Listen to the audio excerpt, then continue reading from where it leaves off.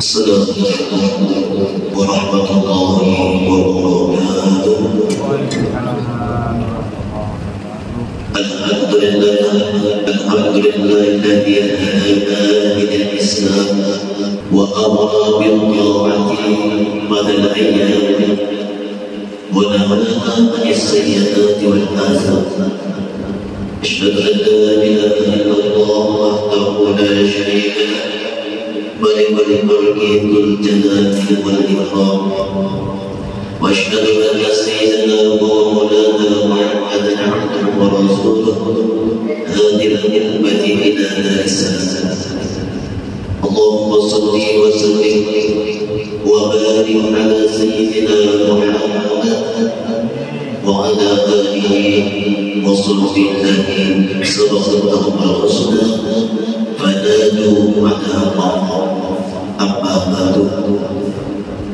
Pertama-tama marilah kita selalu memanjatkan syukur kepada Allah Subhanahu wa Ta'ala yang mana pada pagi hari ini kita semua masih diberikan oleh Allah nikmat baru sehat.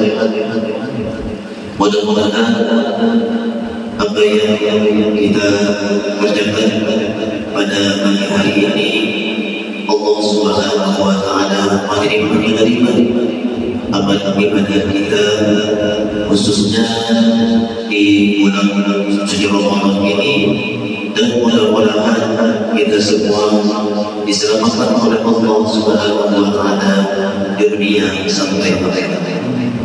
Salawat serta salam ala kita aturkan kehadiran junjungan Nabi kita Muhammad sallallahu alaihi wasallam beserta keluarga beliau, sahabat-sahabat beliau, dan juga pengikut beliau sampai hari kiamat. Ibu-ibu, bapak dan ibu-ibu jamaah salat subuh yang dirahmati oleh Allah Subhanahu wa Ta'ala. Allah Subhanahu wa Ta'ala berfirman dalam Al-Quran, Inna Allaha wa malaikatahu yusalluna 'alan nabi ya ayyuhalladzina amanu sallu 'alaihi wa sallimu taslima. Allah berfirman yang artinya sesungguhnya Allah Subhanahu wa Ta'ala wa malaikatahu dan malaikat-malaikat Allah yusalluna 'alan nabi. Allah dan malaikat-malaikatnya Allah Subhanahu wa Ta'ala itu bersolawat kepada Nabi kita Muhammad sallallahu alaihi wasallam. Ya ayyuhalladzina amanu wa beriman kepada Allah dan juga beriman kepada Rasulullah sallallahu alaihi wasallam. Yusalluna 'alan nabi.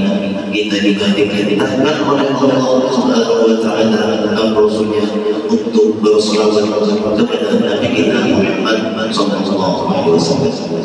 Kita sedang umat Nabi Muhammad sallallahu alaihi wasallam itu disunahkan untuk selalu membaca salawat kepada Nabi kita Muhammad sallallahu alaihi wasallam.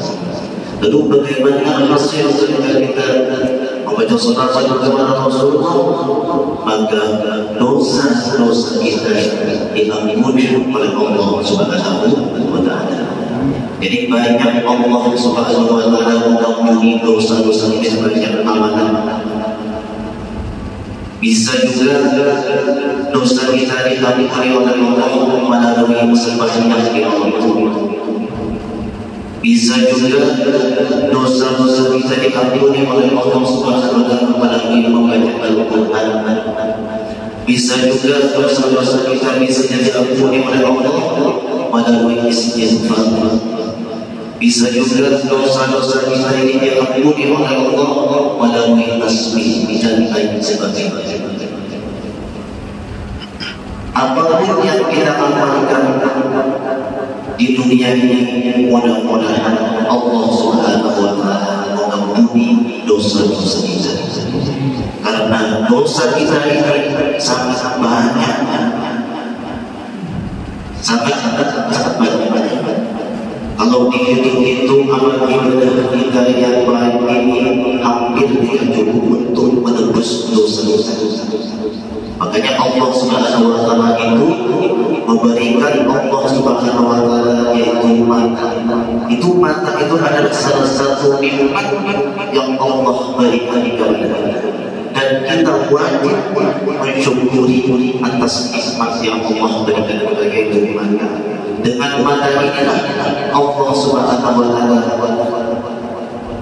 memberikan kepada kita bisa memandang sesuatu yang indah yang ada di dunia ini.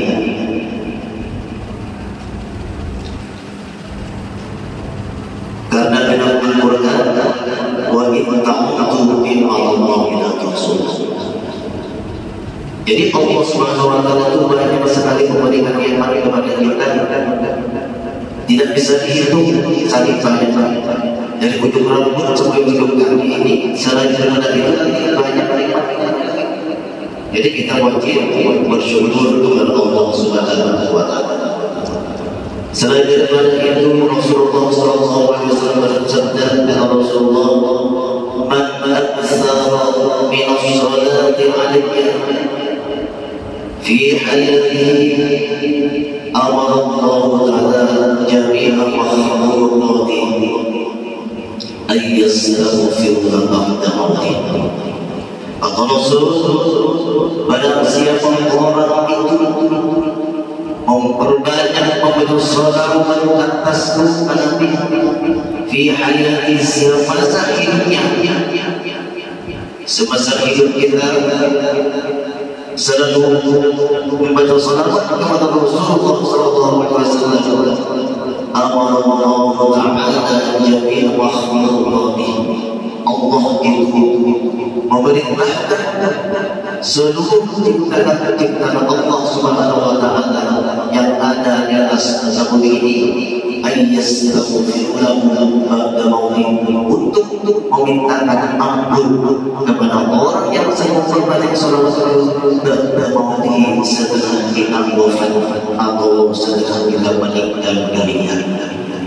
Seluruh ciptaan Allah yang ada di dunia ini, Allah memerintahkan untuk memintakan ampun kepada umatnya Nabi Muhammad SAW yang bisa masih hidup mendapat salawat kepada Rasulullah. Luar biasa. Dengan membaca salawat, semua yang ada di atas muka bumi ini Allah memerintahkan kita salawat dan ampun kepada kita. Baik mohon ikan, batu-batu itu yang ada di dalam kita, semua meminta ampun kepada kita. Alhamdulillah. Dan Rasulullah SAW itu kepada umatnya di dalam sehari semalam ini, Rasulullah itu hampir mewajibkan kepada kita jangan sampai kita itu tidak membaca salawat kepada Rasulullah SAW. Dalam sehari semalam jangan kita tidak membaca salawat. Kalau kita mengaku cinta kepada Nabi, apapun yang disunnahkan oleh Rasulullah, kita itu namanya cinta. Kalau kita cuma bercinta, tapi Nabi kita tidak mau bersalawat kepada Rasulullah, itu namanya pengakuan cinta yang dusta. Karena yumsyarul qulub ma'a man ahabba. Seseorang itu nanti akan dikumpulkan oleh Allah Subhanahu wa Ta'ala di hari kiamat beserta orang-orang yang kita cintai. Misal contoh kita cinta dengan Rasulullah, nanti di hari kiamat insyaallah kita berkumpul dengan Rasulullah SAW. Alhamdulillah. Kita cinta dengan seorang ulama, seorang awliya Allah, juga kita akan dikumpulkan Allah beserta wali Allah dan orang-orang saleh. Kalau kita bisa cinta dengan dunia, kita dikumpulkan oleh Fir'aun dan nabi-nabi lain. tergantung kita mengarahkan cinta itu, diarahkan kemana cinta itu. Kalau kita cinta dengan seseorang itu, kita selalu ingat dengan seseorang itu. Misalnya kita cinta dengan Rasulullah, setiap hari bahkan setiap saat kita selalu ingat dengan baginda Rasulullah SAW. Dalam syair juga, inni muhibbu birrida bashir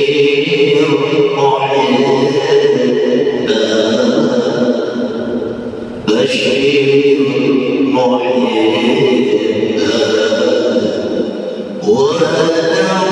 bashir muhibba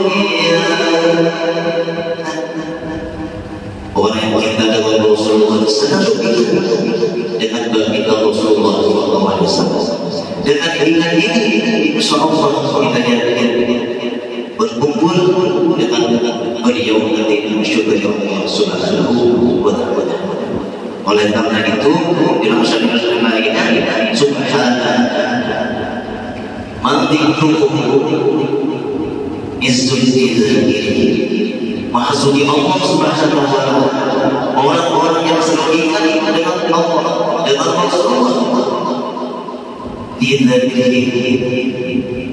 Karena ketinggalan itulah kita juga akan dikumpulkan oleh Allah Subhanahu wa ta'ala dengan orang-orang yang kita selalu ingat dalam hati.